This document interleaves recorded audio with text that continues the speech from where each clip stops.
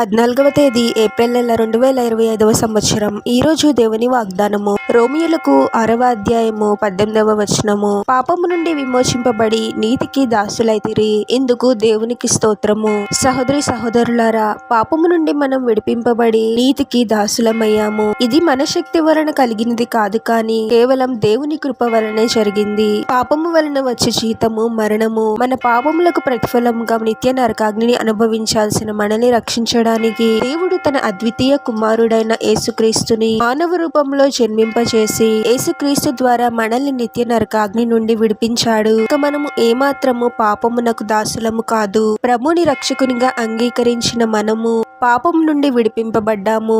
అతి పరిశుద్ధుడైన నీతివంతుడైన దేవునికి బిడ్డలమయ్యాము, నీతికి దాసులమయ్యాము. ఇటువంటి కృప అనుగ్రహించిన దేవునికి స్తోత్రము. తరతరములు మహిమ కలుగును గాక. ఆమేన్. ప్రార్థన.